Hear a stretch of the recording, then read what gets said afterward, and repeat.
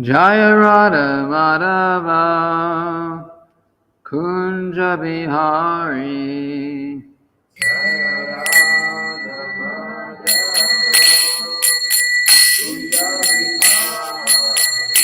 Jaya Radha Madhava Kunja Bihari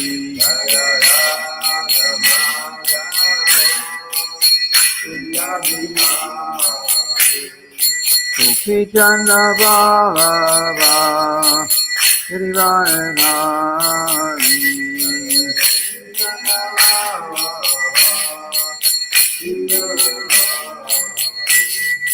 Gopi Chandra Baba Girivaranari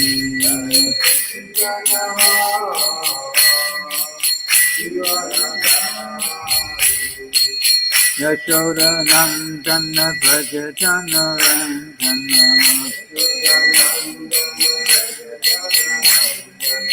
Yashoda Nandana Braja Jana Randana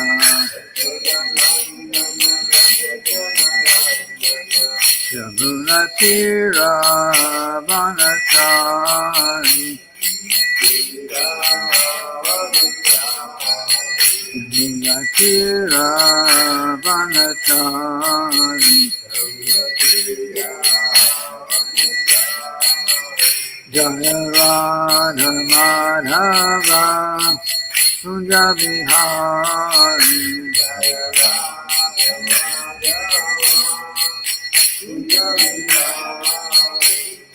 Gopi Jana Balava Girivaranari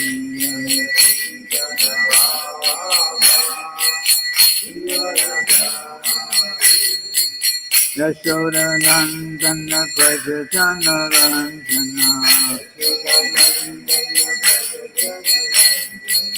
Yamuna Tira Vanachari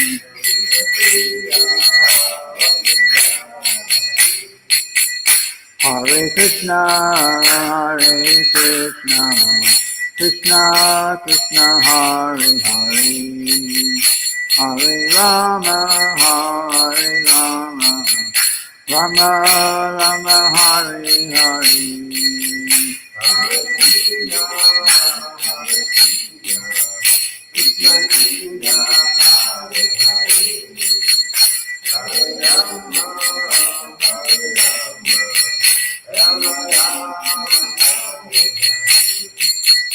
Hare Krishna, Hare Krishna, Krishna Krishna, Hare Hare, Hare Rama, Hare Rama, Rama Rama, Hare Hare.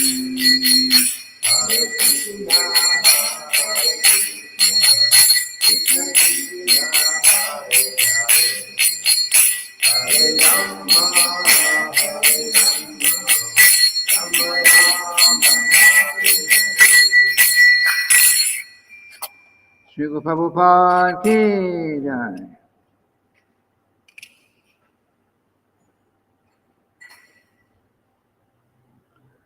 Om Namo Bhagavate Vasudevaya. Om Namo Bhagavate Vasudevaya. Om Namo Bhagavate Vasudevaya. Om Namo Bhagavate Vasudevaya.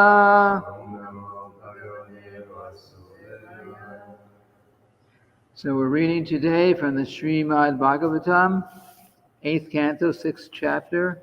We've got 2 verses, because the first one doesn't have a purport. So this is verses 10 and 11.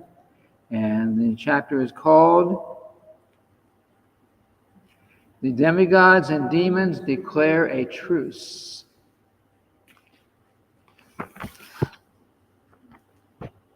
Okay. Tvayagra asit, Tvaimaja asit,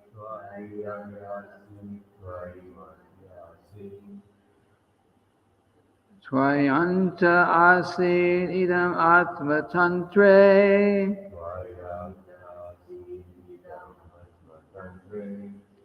Tvam adir anto jagato shamadhyam Katasya mritshneva parasmat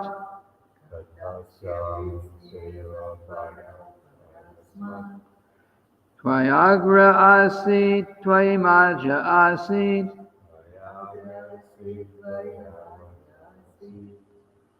Tvayanta asit idam atmatantre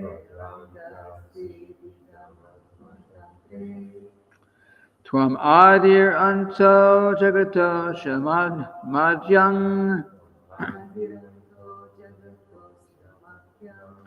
Katasya mritshneva parasmat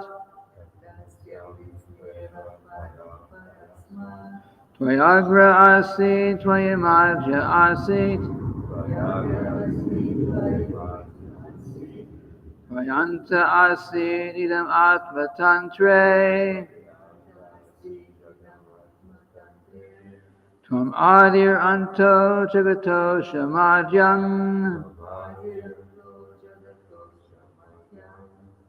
Katasya mritshneva parasmat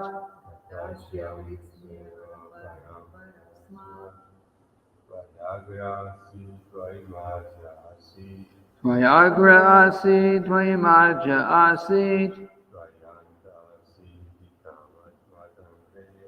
Tvayanta asit idam atmatantre From adir anto jagato shamadhyam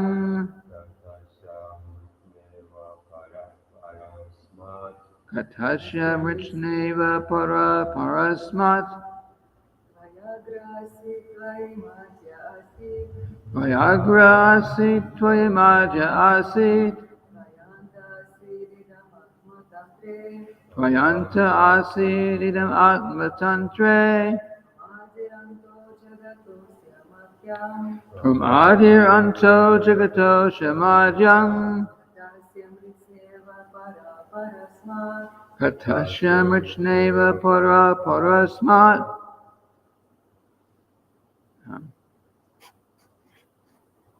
Word for word synonyms. Twai, unto you, the Supreme Personality of Godhead. Agre, in the beginning. Asit, there was. Twai, unto you. Madhye, in the middle. Asit, there was. Twai, unto you. Ante, in the end. Asit, there was. Idam, all this cosmic manifestation. Atmatantre, fully under your control. Tvam, your lordship. Adihi, beginning. Antaha, end. Jakataha, of the cosmic manifestation. Asha, of this. Madhyam, middle. Katasha, of an earthen pot. Ritsna eva, like the earth. Paraha, transcendental. Parasmat, because of being the chief.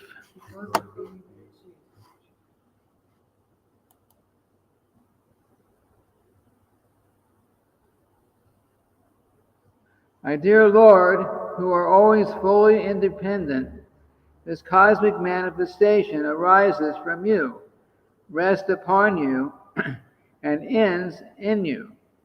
Your lordship is the beginning, sustenance, and end of everything, like the earth, which is the cause of an earthen pot, which supports the pot, and to which the pot, when broken, finally returns.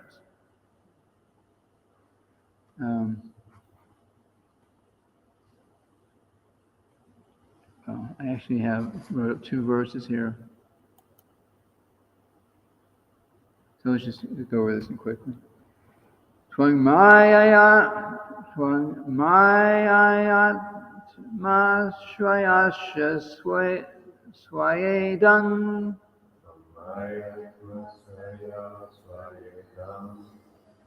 Nirmaya Vishvang Tadanu Pravishtaha Pashanti Yukta Manasa Manishino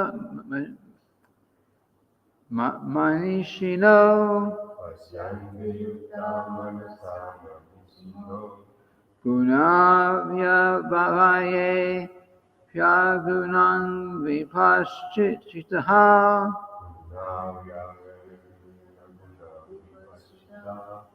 Twang Mayayatma Shrayaya Swayedang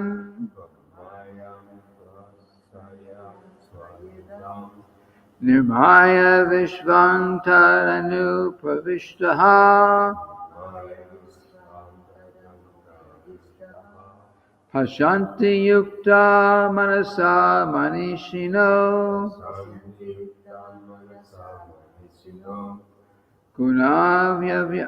Gunavyavaye Pyagunang Vipaschitaha.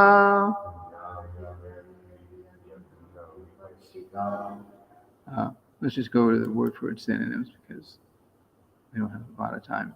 Twam, your lordship.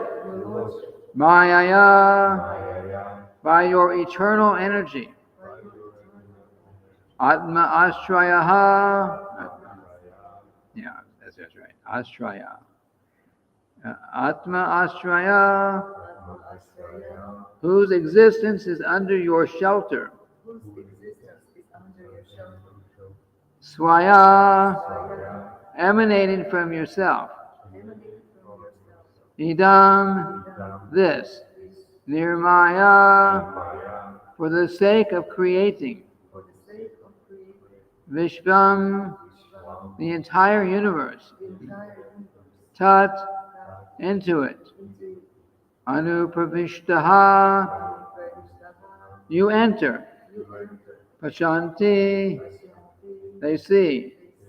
Yuktaha, persons in touch with you. Manasa, by an elevated mind. Manishinaha, people with advanced consciousness. Guna, of material qualities. Vyavaye, in the transformation. Api, although. Agunam, still untouched by the material qualities. Vipashchitaha, those who are fully aware of the truth of Shastra. Those who are fully aware of the truth of Shastra. What does Shastra mean? Scriptures? Yeah. We have Shastra, the scripture that we follow, and there's another word, Shastra, which means like a big stick. Big stick? Yeah. So if we don't follow scripture, then we get a big stick from the material and energy to beat us into wanting to follow Shastra. Yes. O Supreme, you are independent in yourself and do not take help from others. Through your own potency, you create this cosmic manifestation and enter into it. Those who are advanced in Krishna consciousness, who are fully in knowledge of the authoritative Shastra, and who, through the practice of Bhakti Yoga, are cleansed of all material contamination, can see with clear minds that although you exist within the transformation of the material qualities, your presence is untouched by those qualities. So we'll go on to the purport for this one.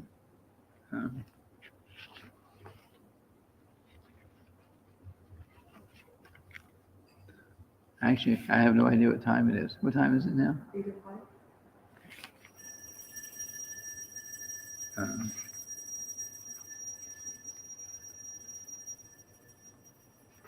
So we're 9, 10, 11. Purport. This is the purport for text 11 that we just read. The Lord says in Bhagavad Gita, chapter 9, verse 10,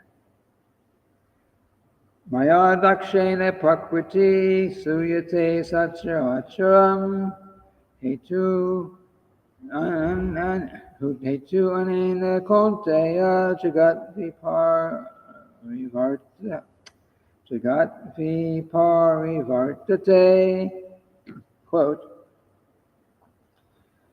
this material in nature, working under my direction, O son of Kunti, is producing all moving and non-moving beings.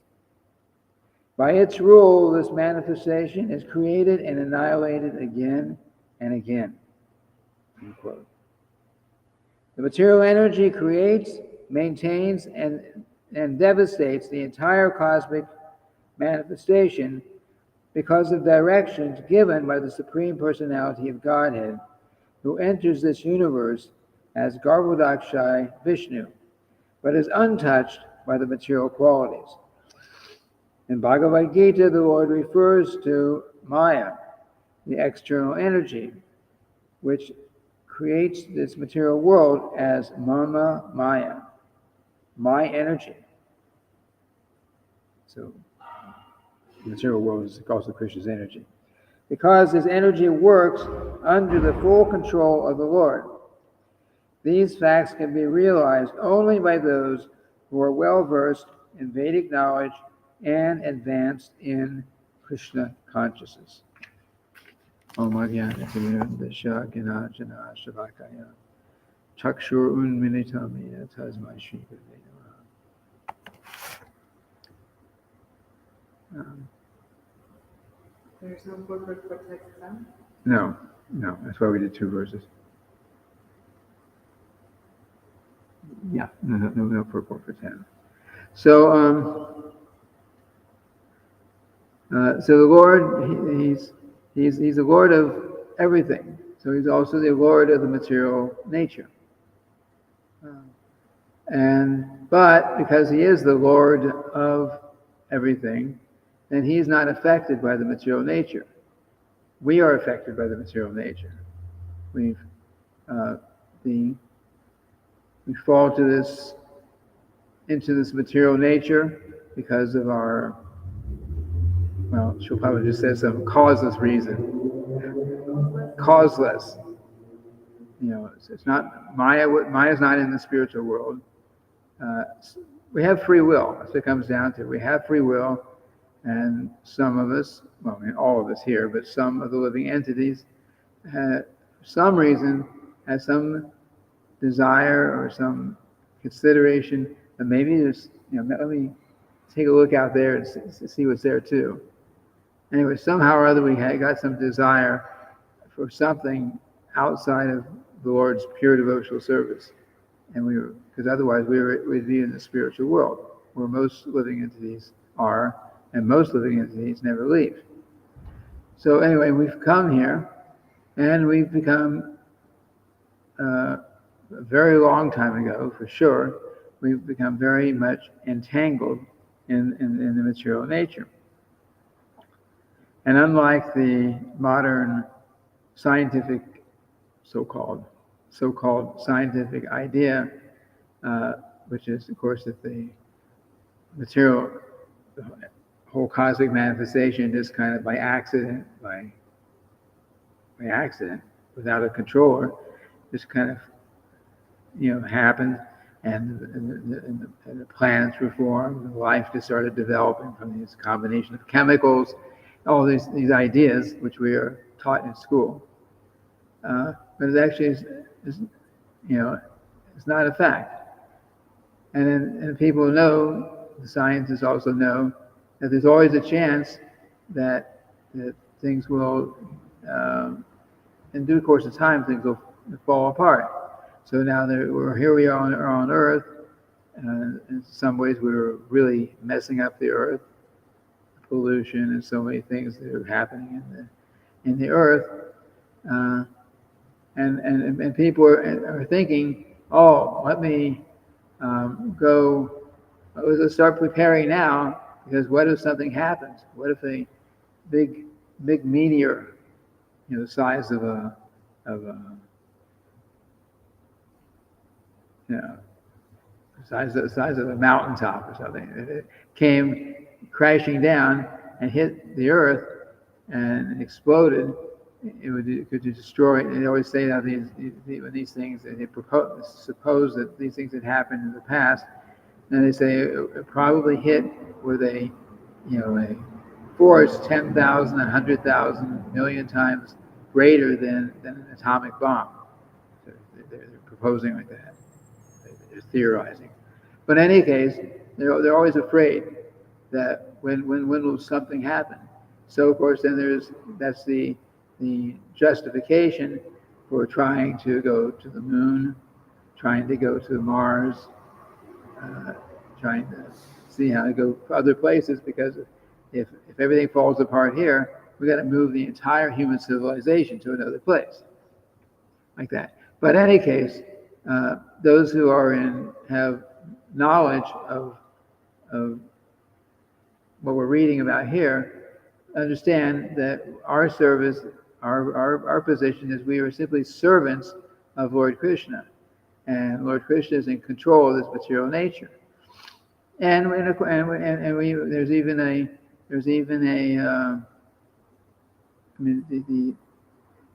the time of creation, the time of annihilation. It's all written. It's all there. It's already known ahead of time what's going to happen. It's the period of time for each of the ages. It can be calculated exactly when Kali Yuga began, which was 5,000 some years ago. But there's an exact. You can go to the actual day, that Kali Yuga began, and each age it lasts a certain very specific amount of time. Kali Yuga lasted 432,000 years total. We're only 5,000 years into it, so we got a long ways to go down. That's where Kali Yuga goes. The previous age was twice as long, exactly twice as long as Kali Yuga, and had certain qualities. People had certain qualities and certain virtue and vices. They say they had certain vices came in. Previous to that, there was the Treta Yuga, which was 3 times as long as Kali Yuga, and then before that there's Satya Yuga, which was 4 times as long as the Kali Yuga. Exactly. So it can be calculated exactly what age we're in, and what part of the age we're in, and the tendency of the certain qualities to develop within that age are all already predicted in the scriptures. Beginning of Kali Yuga, when the Srimad-bhagavatam was first spoken, the sages already knew that in this age these kind of qualities will develop in people. This is what's the nature of this age. And so they asked Srila Sutta Goswami, who was their main speaker in their assembly at Naimisharanya. I mentioned Naimisharanya. Forest, yeah, Naimisharanya forest. So they asked very important, relevant questions, which maybe I'll bring up those questions one day and we'll mention them all.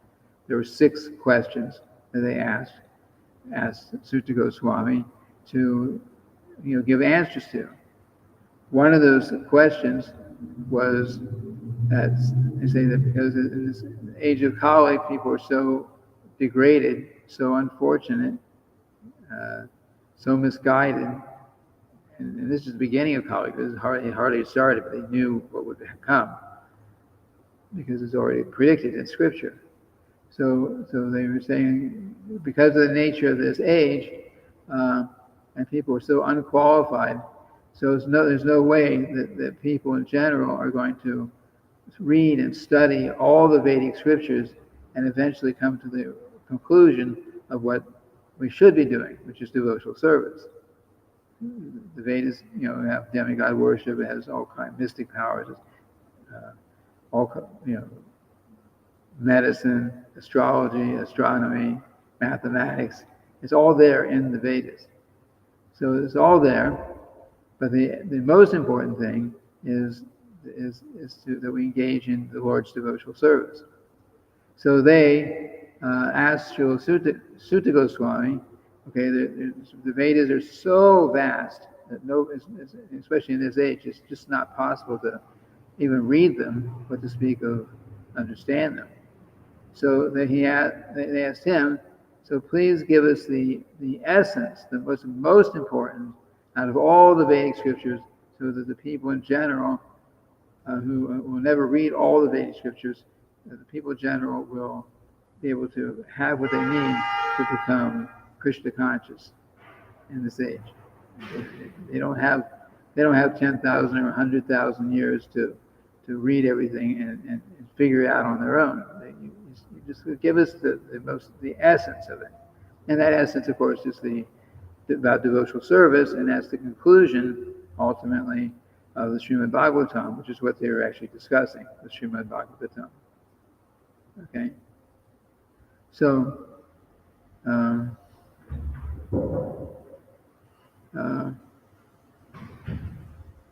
So anyway, the Lord, who is the controller of everything, he's also in charge of this material energy.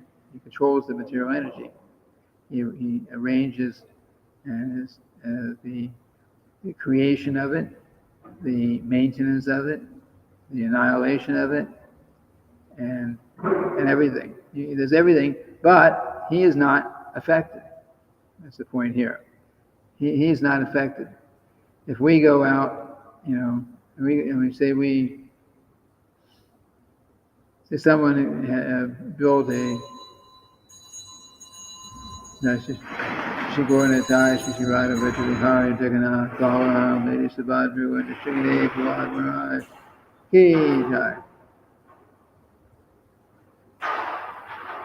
So say to somebody, an ordinary human being, maybe a smart human being, went out and started a big business, and built, became very, built big business, big buildings, so much activity, making a lot of money.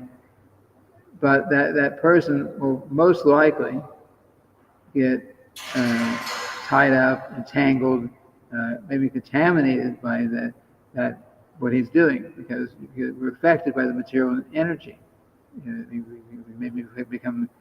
get more, just like greed. The greed is such that the more, unless you your consciousness is spiritual, then the more you have something, the more you can get, the more you want. Someone has thinks, okay, if they're very poor, they think, wow, if I had $1,000, I'd be in good shape. That's all I need. I could just buy this thing, and I could have everything I needed. But then once they get that $1,000 and they're still affected by greed, then $1,000 think, well, I got $1,000, but here's somebody down the street's got $1 million, and I really wish I gotta have what they're having. Like they say, the grass always seems greener in the other person's yard. So the more you have, then the more you say, like, oh, I never knew I needed this until I got this. I never knew I needed this. Right?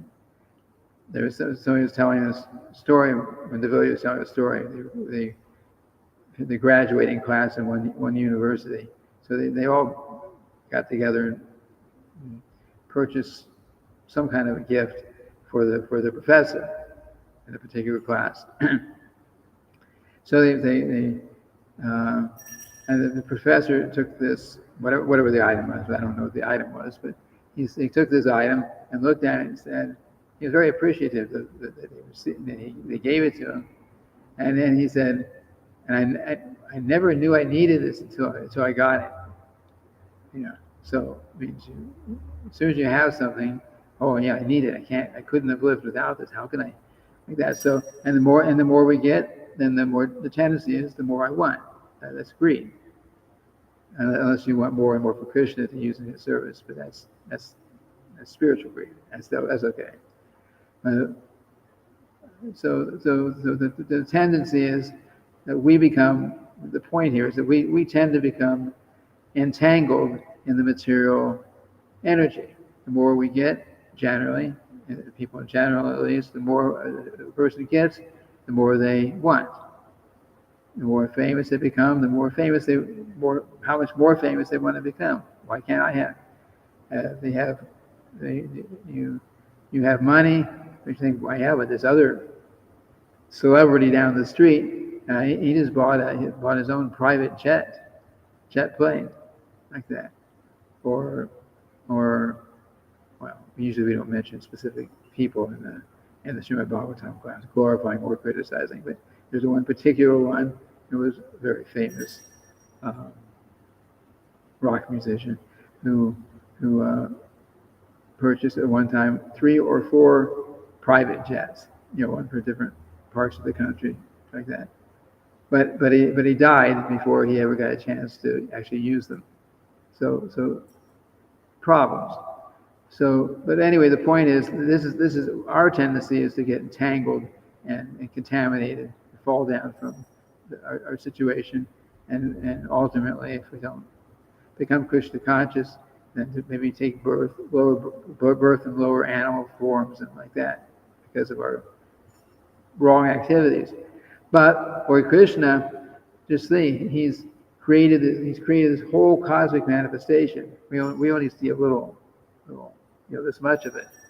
But he created this whole cosmic manifestation, and he's in control of everything. But Krishna never becomes puffed up, thinking that I'm, well, what do you think? He's God. So, but he never becomes bewildered by his material energy. It's his energy. He never becomes entangled.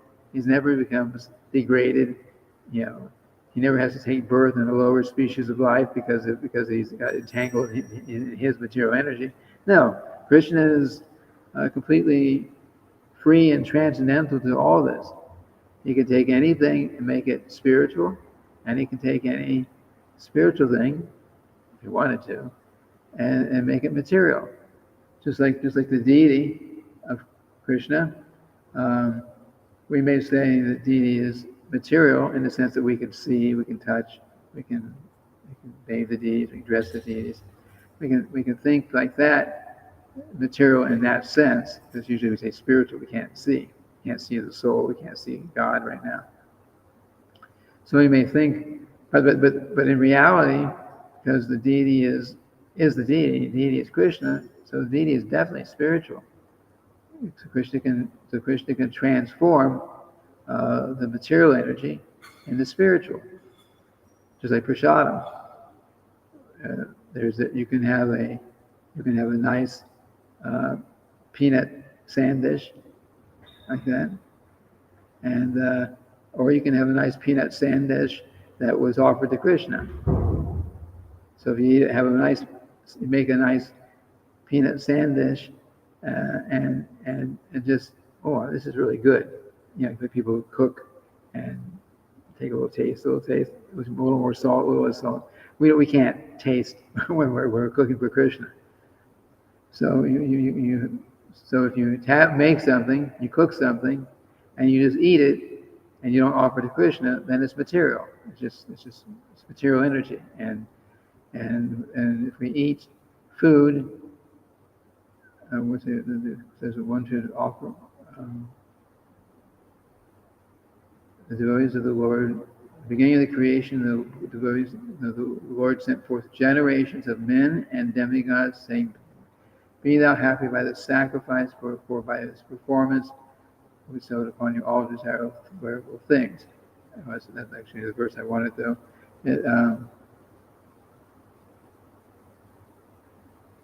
I can't really exact verse it right off, but devotees of the Lord always offer their food, when they eat, they first offer it to the Lord.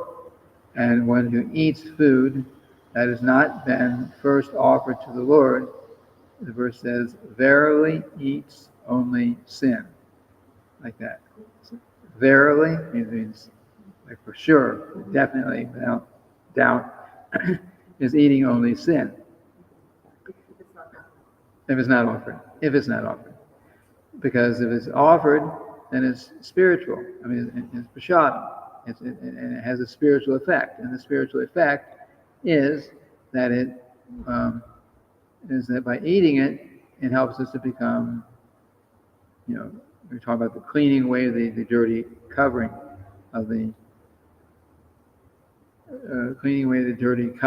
of our consciousness that's keeping us from realizing Krishna. So by eating prasadam, or honoring prasadam, we say, then it'll lead to that point. And if we eat food, even simple, fruits and simple things, and don't offer to Krishna, then the result will be that we will become entangled. Because even if fruit falls off the tree, but if you pick it up, and sometimes I see the mangoes are falling off the trees. Of course, the squirrels don't count. They can eat it because they don't know better. But when people pick up mangoes and put it in their bag and take it home, and if they just eat it and they're not offering to the Lord, then it actually entangles them in the material energy, like that. So whatever we eat, we should offer that first to Lord Krishna. If not here to the deities on the altar here, but at least, if we have our home, we have some way of offering our food. So the devotees in everyone's homes have some altar, and whatever they eat needs to be offered first for the Lord. And the best thing is to offer things, cook things, make things that you're making, and try to avoid certain things that are prepared by non-devotees. That's the process. Sometimes it may seem, it's common. You go out and you think, oh well, I'm really busy and all the time, so only way I can eat something is get a can of whatever, Campbell soup, cream corn, I don't know, something. Get something canned, which means it's already basically it's cooked, right? That's why they can them. They cook them and then preserve them in the can. And people eat it maybe 5 years later, right? Like that. But anyway, they eat. You may think, let me just take this thing which has been prepared and just eat it. It's quick. But that if we eat and we don't offer it to Krishna, or if we eat and we don't, what to speak of, we eat something which is not offerable to Krishna. Krishna only accepts, fruits, vegetables, grains, milk products, and vegetarian things. We avoid things like mushrooms and onions and garlic, like that. These are kind of mode of ignorance types foods, so that those are the kind of things will just bring our consciousness down. But we should prepare something simple. Srila Prabhupada ate very simple: rice, dal, chapatis, full subject, like that. That was his diet. And the sweets that were made He especially liked the Indian type sweets like rasgulla and sandesh, and I'm sure there's others too, but I know he liked those. I learned how to make rasgullas and sandesh because I understood that Srila Prabhupada liked it, and I ended up doing it for the deities. But that was the Srila Prabhupada liked certain kinds of foods. He specifically mentioned he did not like frozen. He's like going and buying some frozen vegetables and frozen peas and frozen. I know they sometimes makes their way into the kitchen here. I see it. I've seen it. But no, we shouldn't. For the deities, we shouldn't offer those kind of things. But better take the time and cook something fresh and offer it to Krishna. In the home, the idea, the mood should be: this is Krishna's home, and Krishna is allowing me as his servant to also live here. I'm living in Krishna's home, one of Krishna's homes. Krishna's got many homes, but Krishna's allowing me to stay in his home, and I need to, one of my services for Krishna for letting me stay here is I'm cooking for him, and maybe you have your nice deity altar. So you're Krishna's you're in Krishna's home. So you go and you bathe Krishna in the morning. You wake him up. You offer arati to him. You bathe him. If you can do that, like these kind of things, and you have to eat. So preferably at some regulated time. As far as possible, you offer Krishna something to eat, which of course is what you're going to eat, but you're thinking of Krishna, like that.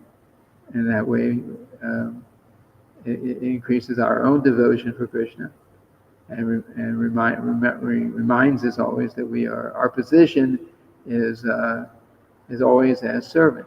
As long as we remember that I am servant of Krishna, that I will, and we act in that way, then we will become Krishna conscious. As soon as we start thinking that I am very, I don't need God. I don't need God. I'm very. I got it together. Now I know how to handle this material energy. Especially if someone becomes very rich or famous, or becomes atheistic, then someone might think like that. Oh, now I can handle everything here. I don't need God. I don't believe in God. Well, they'll be the first ones to fall, and the bigger they are, the more puffed up someone is, and the bigger one is in terms of puffed up nature, pride. Where they say pride comes before the fall. Pride comes before the fall. So we become very proud, materially proud. Then for sure, in due course of time, we will fall down from that position. Krishna will make sure we fall down from our position. And sometimes we fall down even to a lower species of life. We see cats and dogs and so many animals around. Oh, cute things, right? But they're in that position because they misuse their human form of life, and now they have to suffer in the animal form of life for some period of time, and gradually, very slowly, the soul makes their way back up to a human form and gets a chance again someday. So that's our position. We've got a human form of life now. We know about Krishna consciousness now. We have everything we need to become fully Krishna conscious in this lifetime. So become Krishna conscious in this lifetime. We don't have to come back to the material world if we don't want to. And if we want to, well, we shouldn't want to. We should want to get out of here. That's what Srila Prabhupada wanted from us, that we get out of the material entanglement. And if Krishna in the future wants to have us come here and do a little preaching as a pure devotee, as a perfect devotee, no, we can accept then. But right now we should be trying to become Krishna conscious and getting out of here. I have no idea what time it is. I think I'm over time though, right? So the essence of Bhakti Yoga is just to obtain this mindset of servant. Yeah, servant of Krishna. Whatever we have, we borrow from him. This is just temporary. Yes, everything in the material world is it's like renting an apartment, or renting a car. This body is our car, very strange looking car, but it's our car. It's how we, the spirit soul, can move around in the material world and either do something that's good for sense gratification, or do something which is good for becoming Krishna conscious. But we're renting the car. It doesn't belong to us. The only thing we can do is just to maintain it properly. Yes, and if someone takes this body, and for whatever, maybe they're a little crazy or something, I don't know, suicidal tendency, they kill themselves. They don't kill themselves. They kill the body, destroy the body. That is very bad, because Krishna has given. Krishna is like Krishna has loaned us a car to drive around the material world so we can do service for him. And that's the purpose.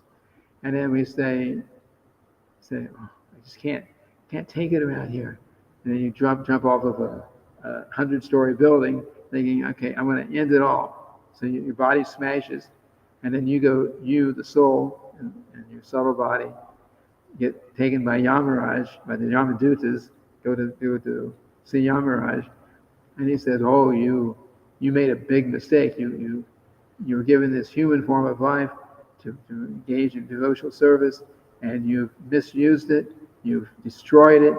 You're so you're so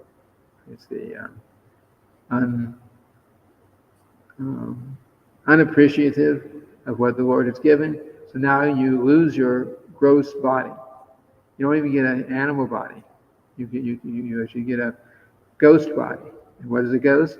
Ghost means that our bodies are made of eight gross elements and 3 subtle elements. So you lose the gross elements: earth, water, fire, air, ether. Somehow they're all considered gross elements. But you are still stuck inside of the subtle elements, which is the mind, the intelligence, and the false ego. But that's what a ghost is. And the ghost has all the material desires, everything they had with the gross body. They have no way to satisfy it. Sometimes they try to attach themselves to somebody else to try to enjoy. That's what people have problems with the ghost sometimes. But it's and sometimes one takes that birth, and they may be destined to be in that kind of condition for hundreds of years. Sometimes hundreds of years before they can get relieved. There's well, I can't go into the whole story. There's a history in the Padma Purana, but we're kind of out of time today. Any other questions? Oh, let me see if anyone has a question.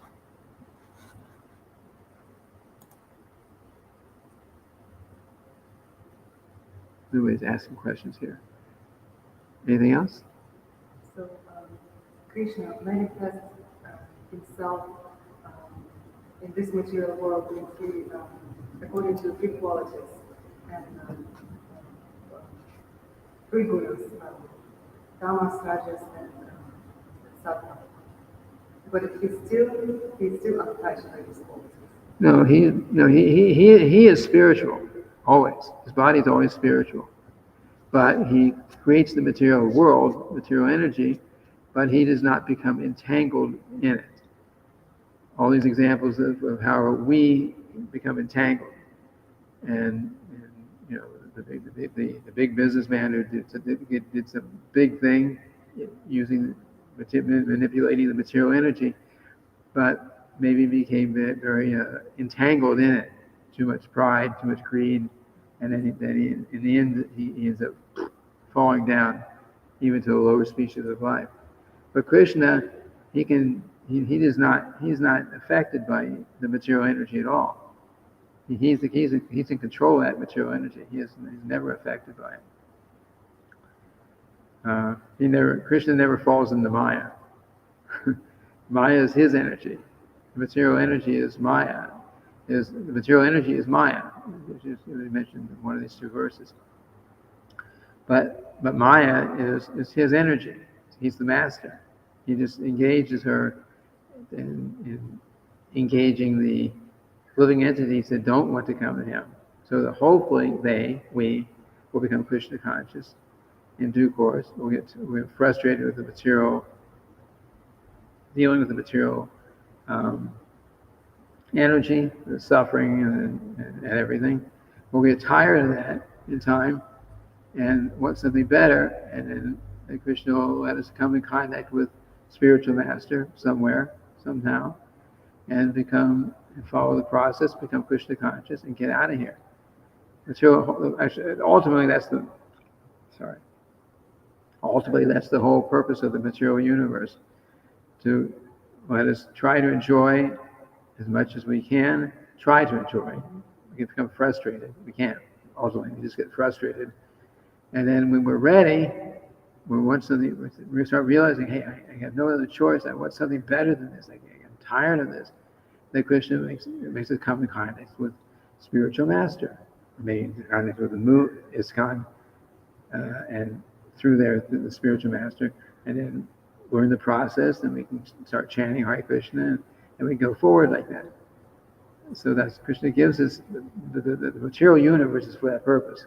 First, to get us frustrated, make sure we're not in the spiritual world causing trouble, because we'll cause trouble if we're not Krishna conscious. And then when we're when we're tired of the material world, or starting to get tired, then Krishna's immediately there, and he makes sure we come in contact with spiritual master somewhere, and have a chance to learn the process of Krishna consciousness. And then by doing that, then we become, if we take up the process of Krishna consciousness, then we will become Krishna conscious, if we take it up seriously. Makes sense. Okay, I'm way over time. So we'll end here for today. Tomorrow we'll go on to verse 12. Srila Prabhupada ki jai.